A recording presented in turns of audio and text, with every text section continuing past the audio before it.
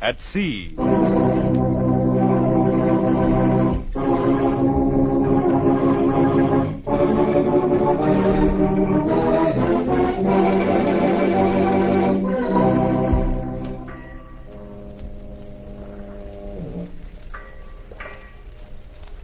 Allied Naval Commander-in-Chief, to all masters of merchant vessels, we are about to embark on the most critical operation of the war, the invasion of German-occupied France. The ships you command are among those selected for this vital task, and the manner in which each is conducted will have a direct bearing on the campaign ahead. Unless the volume of reinforcements and supplies can be kept up as planned, support for our armies will not be able to match that of the enemy, and our position on the continent may well be imperiled. I know all of you are proud to be in this climax of the European war. I wish you all Godspeed.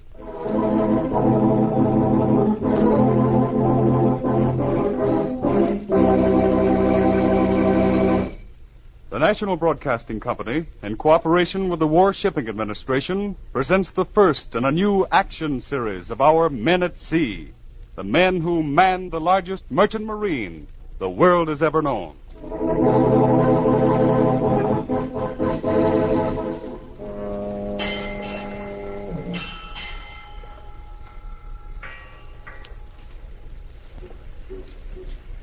She sure is rough tonight. Channel's always rough. Why should she be any different tonight? Because tonight's different. Yeah. Yeah, it is. So it's finally come. It's really beginning. Yes, that night was different. The date on the calendar, June 6th. The men talking are Joe Lawrence and Bix Miller, merchant seamen. The channel, the English.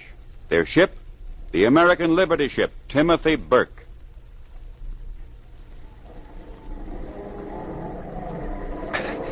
I got butterflies, Joe.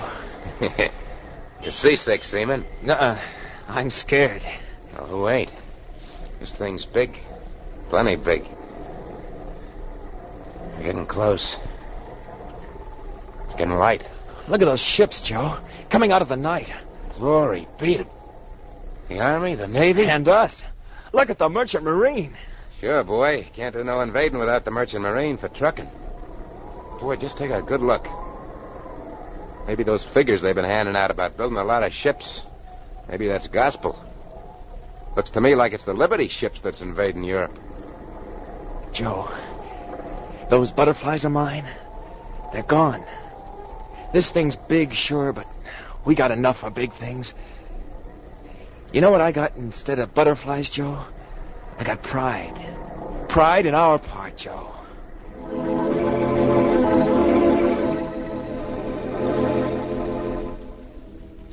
But Joe was wrong. Invasion didn't begin June 6th. Invasion wasn't crossing the English Channel. The British began preparing for it right after Dunkirk. And we, well, flip back your calendars a year and a half. Early 1943. Jump from that English Channel to America and listen to the Army.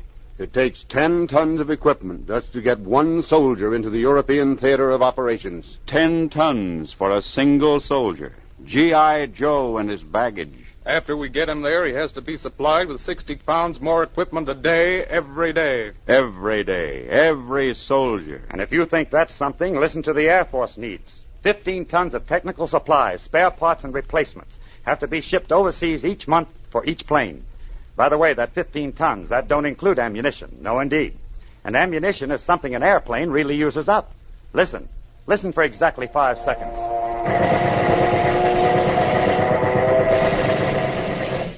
That was a fighter plane with 8 machine guns. In those 5 seconds, a 12th of a minute, they spit 800 bullets. One plane, 5 seconds, 800 bullets. Get the picture? You begin to see now, don't you?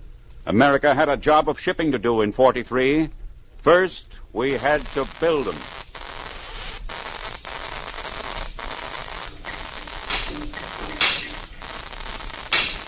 He'll be ready on the day, sir. You can start greasing the ways.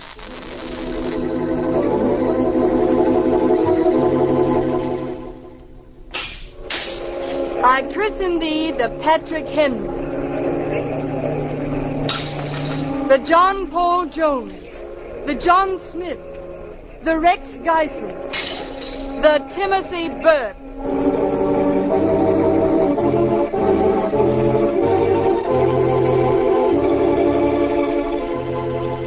Ships on the ways, ships in the water. Now dream up a map of the United States in your mind. Glance around at the harbors. Stevedores loading, winches winding, creaking, derricks slow with heavy loads. 50,000 guns out of Boston, 2,800 jeeps on one Liberty ship from Baltimore, 80,000 gallons of gas from the Gulf, 404 tanks from Hoboken, 100 planes through Norfolk. Ships to carry them, and men to man the ships. It all sounds easy, reeling off the totals. But it wasn't easy. Ask Bix and Joe on the Timothy Burke or their first officer. Look at his logbook. Unembroidered, business like hell. October 14th, 1943. 0200, the Liberty ship Timothy Burke. Deadweight tonnage 10,500 tons.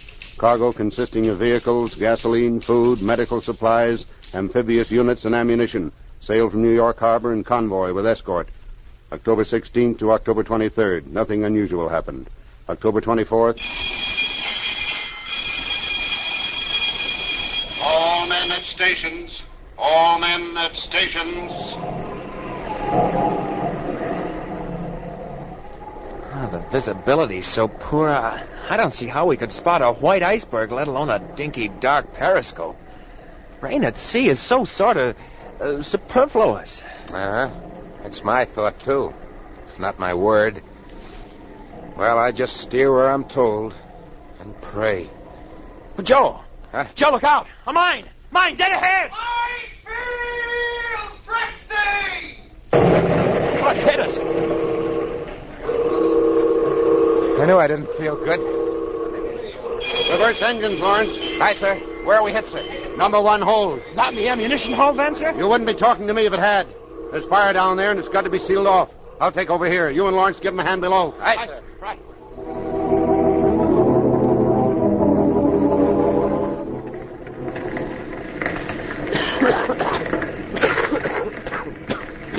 It's hot. And you didn't like rain up topside. Bix here. Shove the staple in. A little more. Careful, Watch it, Thompson. Sparks nearly got your face. How many killed, Red? 6. Jasper, Tom, Loudon. Loudon? Oh. He had a new baby at home. He hadn't seen her yet. All had somebody, Joe. Tupper, old Crowley. Oh, no. Not old Pop. And my brother. Red. Yeah. They all had somebody. Got her sealed tight. Looks like we'll make it after all. Limping.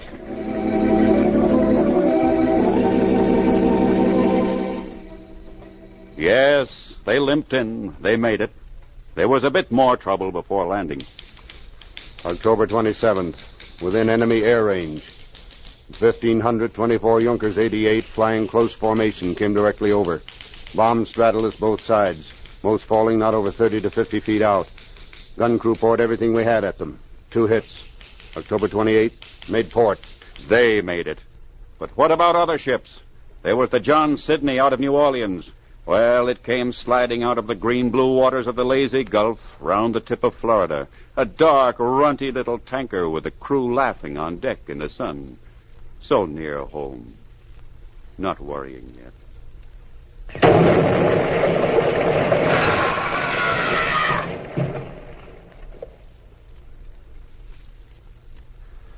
The flames got on top of us, and we jumped over the side. I saw 2 of my boys go into those flames, and I heard them scream as they died. Some make it. Some don't. No, not easy at all. But it has to be done.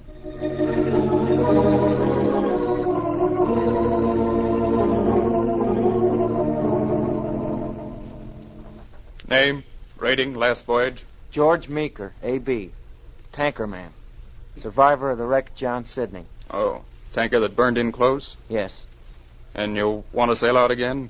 The captain and me, we're the only ones left, see? The only ones off the whole ship. My pal, Yeah.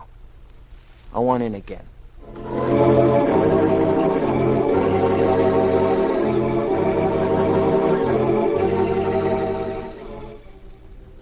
Do you see the pattern now? The beginnings. Bix Miller of the Timothy Burke, George Meeker, tankerman, the tools of war, lifelines from home to battlefield, stretching out.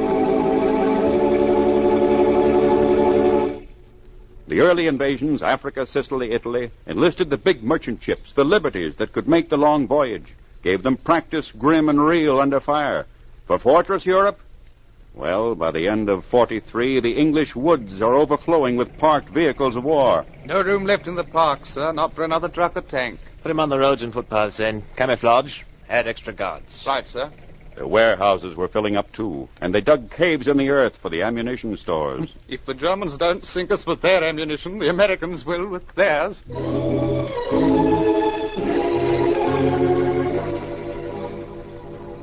The beginning of 1944. Veteran ships moved into shipyards. Add a spar deck to this tanker, then she can carry planes. Strengthen the masts, fit with heavier derricks, special davits. In February 44, at American ports, We've got to speed up the turnaround time of every ship we've got. Can't afford to let a ship sit in port resting on her bottom. There are increasing numbers of tanks, planes, guns, ammunition for England. Well, misters, that's the proposition. What about it? Operators? Well, we can board our ships and before they drop anchor, find out what repairs are needed. Good. Repairmen? We can work around the clock. Got good lights at night. Do it in hours instead of days. Swell. What about your longshoremen, Dave? We'll sit on the deck waiting for the ships. Then we won't sit no more till we've filled them up and can watch them pulling out. Now, this is beginning to sound like teamwork to me. Now, you seamen, guess we can't ask you to do much more. You're already risking your necks. Yeah, there's something more. More than your necks, Joe? Sure. A shore leave. Well, maybe. Maybe nothing. We don't want it.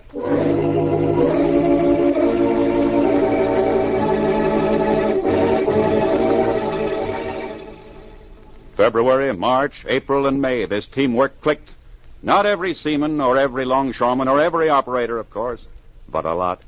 3,700 vessel days were gained. That's like having 123 extra vessels rushing cargoes overseas each month. Meanwhile, in England, the High Command was meeting. Then it's June 5th, 607, or wait until June 19th. On those days, the channel tide, as you know, will be about halfway between ebb and flow.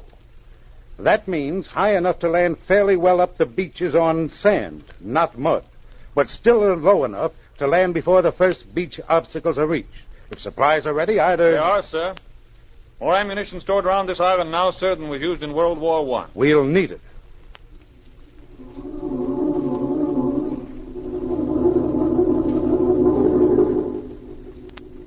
Everywhere now, you heard. D-Day. H-hour. DJ? Soon? Soon coming? DJ? H-hour? Yes, it was coming close. The tempo was fast. Men on merchant ships still making the Atlantic run got restless. I'm jumping ship tonight. What do you mean, jumping ship? You turning rat pal, invasion's near? That's it. That's why. This ship's heading back to the States in 2 days. Well, I don't want to be on a boat going in that direction when it comes. So I jump ship and sign up on an invasion boat. Yeah, maybe you got an idea there, Bill.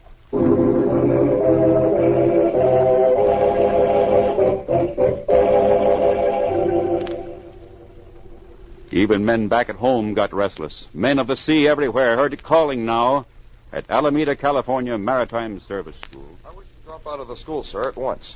Drop out, Thomas? You've an excellent record.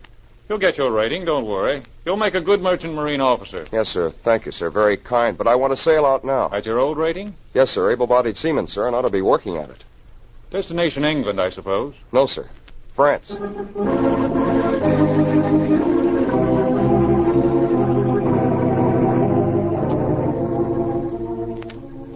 Entering English waters, incoming ships got a message. The convoy from America, now in outer waters. Stay outside. Huh? Do not come into port. Anchor or cruise until further orders. That is all.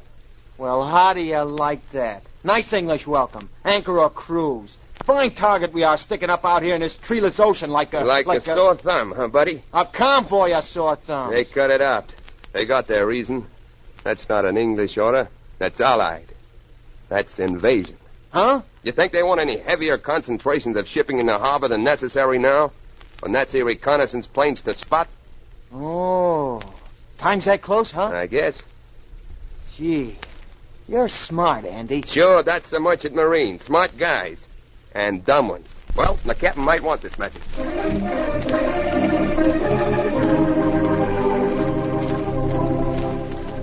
And ashore, All personnel in security quarantine status. 16 million tons of supplies on the island. The Timothy Burke moves in to take on its share.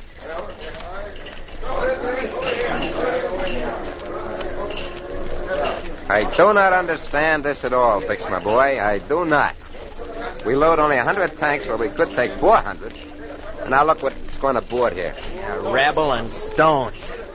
Yeah, maybe we throw it at him. Here comes the first officer. I'm going to ask him. Mr. Howard, sir. Yes, Lawrence, what is it? Well, that's my question, sir. Please to look at the stuff going on our ship. What is it? Oh, that? Well, it does look a bit queer. That's rubble from London bombings. We're using it for ballast. Oh, yeah? Ballast, sir? With so much to go? They figure it's better to load a lot of ship's light so we can go in fast, unload under fire, and get out and come back for more. We can't tie up the area for long, and it wouldn't be healthy for us if we could. Rubble from Nazi bombings to carry us to France. It's giving them back some of their own, huh? Well, that's it, Lawrence.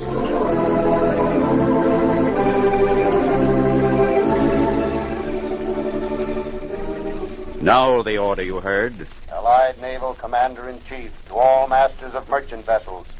We're about to embark on the most critical operation of the war. Troops will board ship now. Troops will board ship now. On the boats, gun crews are briefed. General quarters drill is held. Tank landing ships, infantry landing craft, the loaded Liberties draw close together, losing their identity to become a mass, a floating raft of machines and men's faces. Excited faces, worried, curious, frightened, vulnerable, everything on tiptoe. And now, D-Day.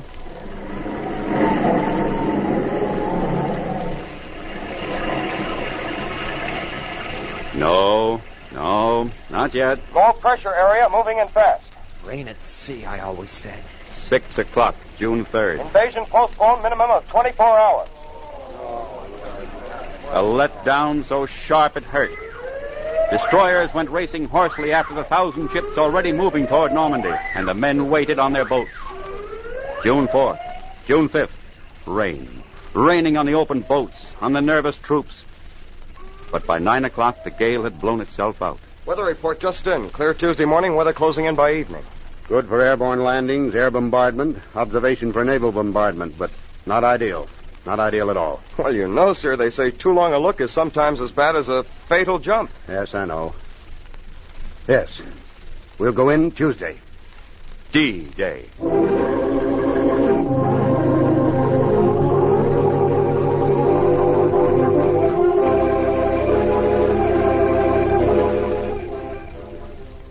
The Liberty Timothy Burke nearing France. Rough water, tight nerves.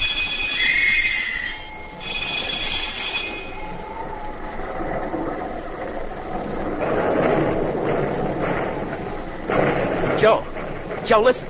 Yeah, I heard, kid. I've been hearing it for some time. Our first boys must have arrived. Guns. I'm not practicing this time.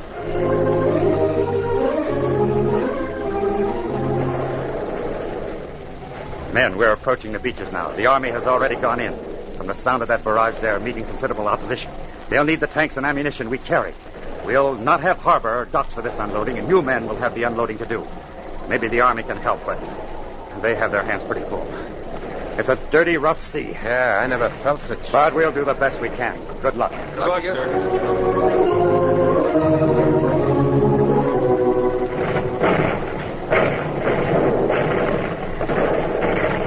Look. Beaches. France. A ship burning there. Near shore. There'll be more. Our guys in shore are just specks from here. Moving a little. Just edging along.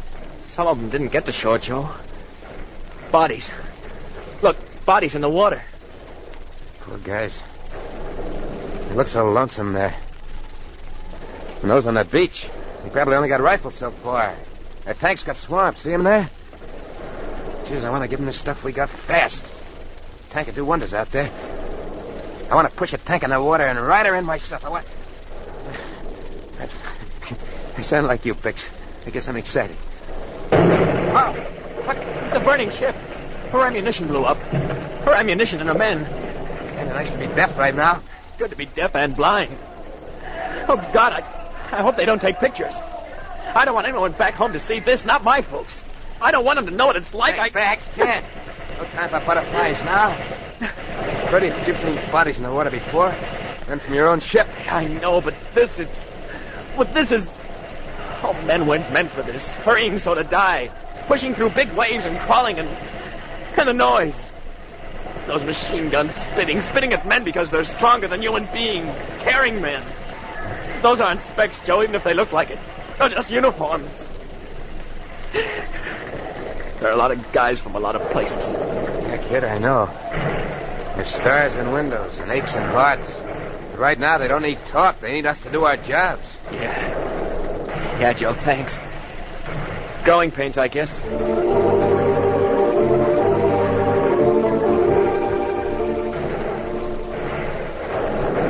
Destroyer will lay smoke screen. We'll move in closer. Closer? These waters are full of mines, also bad landing obstacles just under the surface, both sunken logs and metallics. We will move cautiously. I should hope so.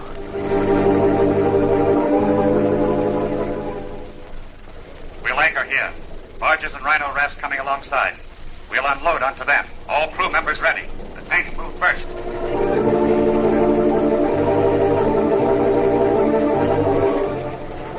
All right, Miller, Lawrence, here. We shall have to swing out and over. They may call her a medium tank, but Right, big Bertha she is to me. Right, steady there. Steady on this boat, on this water? Rolling like...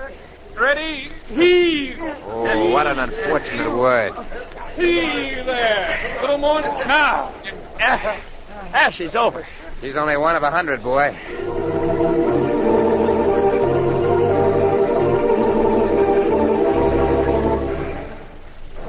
How many tanks left, Joe? I can't count over 10, Bix. It's too discouraging. How's it going here? The captain, sir, not so well. No, I see. The ship swings one way, sir, and the rhino the other. On these waves. It'd be easier to drop the tanks into the sea, but to get them on that raft... Jitterbug could do it better than the stevedore, Captain. It's more his sort of movement, if you know what I mean, sir. Yes, Lawrence, I do. But the men on the beach must have those tanks. They're in a bad way there. You've got to face the beach and take. No good digging in. If we could move in closer, sir, to unload. In the face of this barrage? Yes, sir. They ain't aiming too good, Captain. They're big guns, Lawrence, well entrenched. Captain, ladder broke loose aft. Just not working out, is it?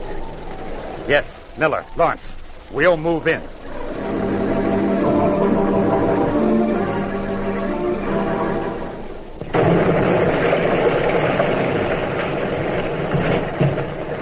The captain moves in, he moves in. Boy, any further, we're on the beach.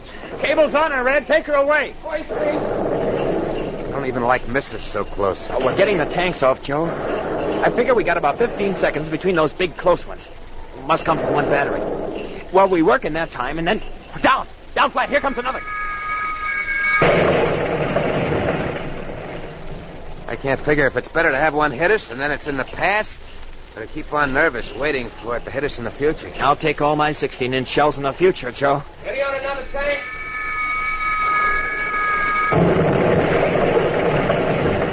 Hey, Bix, that wasn't 15 seconds. Well, second battery got our range, I guess. Yeah, we gotta get it. Hey! Watch it. Get us.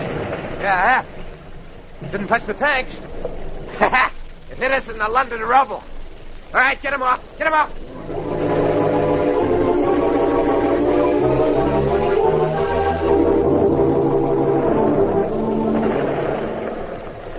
All cargo off, sir. Good. Up anchors, fast.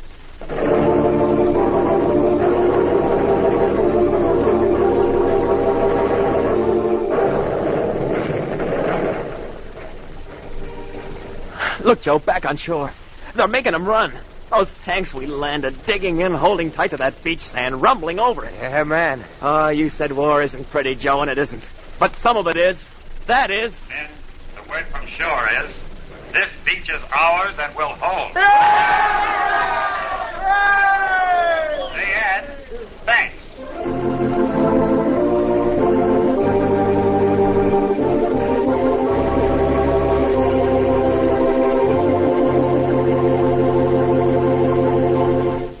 The beach is ours. Tanks brought by the Timothy Burke. Gasoline from tankers, sisters to the luckless John Sidney. Arms and ammunition and explosives from all the other thousands of merchant ships. This beach is ours, and they add, thanks. A proper end of this story? No, not quite. Not when we're talking about the merchant marine. They start early and work long. So far, a good job, men. Now we head back to England and start a shuttle service of supply. So far, so good. Shuttle service. Times Square to Grand Central with torpedoes and bombs and machine guns thrown in. Every hour on the hour. Yes, miss? Direct to the Normandy beaches? You may get your feet wet, but we'll get you there. I don't think I'll play tricks. Joe. Yo, butterflies? Oh, kid, I'm going to be seasick. And not just now, either. But the whole way. Each way, on each trip. Shuttle service. Oh, poor Joe. Joe, look up. Hold your head up a minute, fellas, somehow. There. The flag's there on the beach.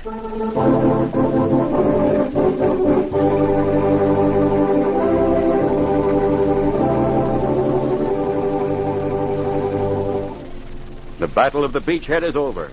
The battle of the continent has just begun. Shuttle systems from Britain to Normandy, from America to Cherbourg, will have to keep supplies and equipment flowing endlessly. The produce of our fields, the products of our factories, the battle for the port of Cherbourg are all wasted efforts without officers and seamen to man our ships.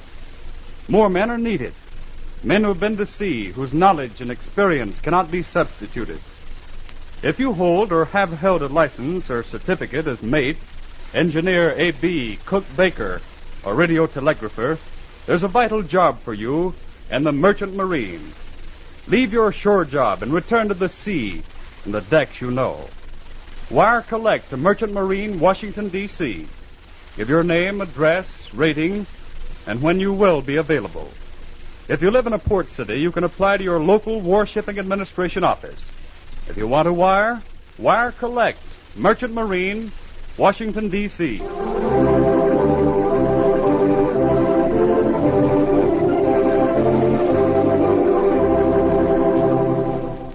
The Libertys Invade, written by Dorothea Lewis, was the first in the series Men at Sea, presented as a public service by the National Broadcasting Company and its independent affiliated stations in cooperation with the War Shipping Administration.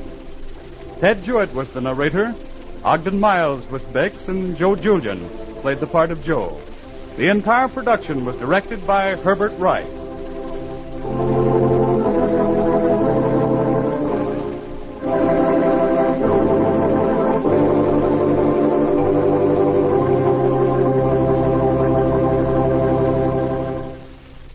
Looking for some black market gasoline coupons? Well, let me tell you where they come from. The chances are 10 to 1 that somebody back along the line either stole those coupons from a local board or they were printed by counterfeiters. Now, maybe you've wondered if the sale of ration stamps and coupons is being carried on in this country by enemy agents. Well, our enemies know only too well how such activities confuse and demoralize our people. The German shortwave radio often urges and instructs Americans on how to beat the rationing and price control laws. Draw your own conclusions, but remember, if you purchase any coupons, counterfeit or legitimate, you're giving direct aid to our enemies.